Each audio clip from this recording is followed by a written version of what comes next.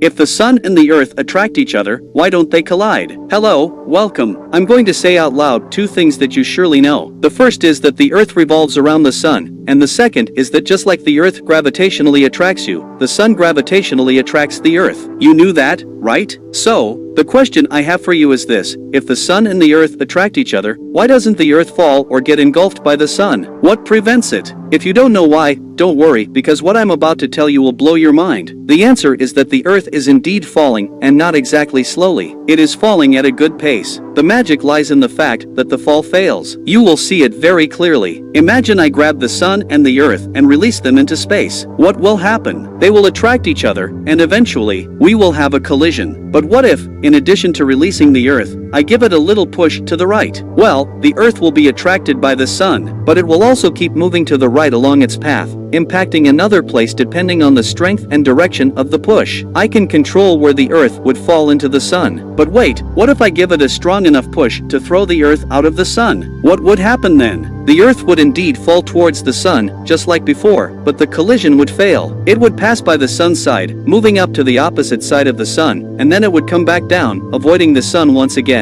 This peculiar way of falling and never hitting is what we all know as orbiting. Essentially, it's falling and being accelerated towards an object, but having the correct lateral velocity to avoid it. Let's take a closer look at it. Thanks to the push we gave it, the earth has a certain lateral velocity, and if it were up to that velocity alone, it would continue moving in a straight line in that direction. However, the sun exerts an attraction on the earth, pulling it. This pull causes the earth's direction of motion to deviate, curving its trajectory. In the next step, the sun pulls the earth again, diverting its path once more. The earth wants to keep moving in a straight line, but it is only forced to curve its trajectory for a lifetime. In other words, it is the sun gravitationally attracting the planets that keeps them stably orbiting without deviating from their orbits. Gravity is not the only force capable of doing this. The tension within materials also creates the same effect. All these forces responsible for curving straight paths are called centripetal forces. Realizing this was one of the great achievements of Sir Newton. He understood that both an apple and the moon are falling, except the moon is fortunate enough to move laterally fast enough to miss the fall to the ground. By the way, who gave that little push to the earth to avoid it from colliding with the sun? The answer is no one. It was born moving that way. The solar system formed from a large cloud of material that, thanks to gravitational attraction and immense collisions, managed to form a rotating disk around the sun. Over time, the matter in the disk grouped together, forming planets and other bodies, each moving at the correct velocity. Rotation came naturally. In summary, orbiting is falling, folks. The space station falls, satellites fall, and the moon falls. It's crucial to understand this if you want to comprehend how crazy general relativity is. Don't forget to subscribe if you want to keep seeing more content.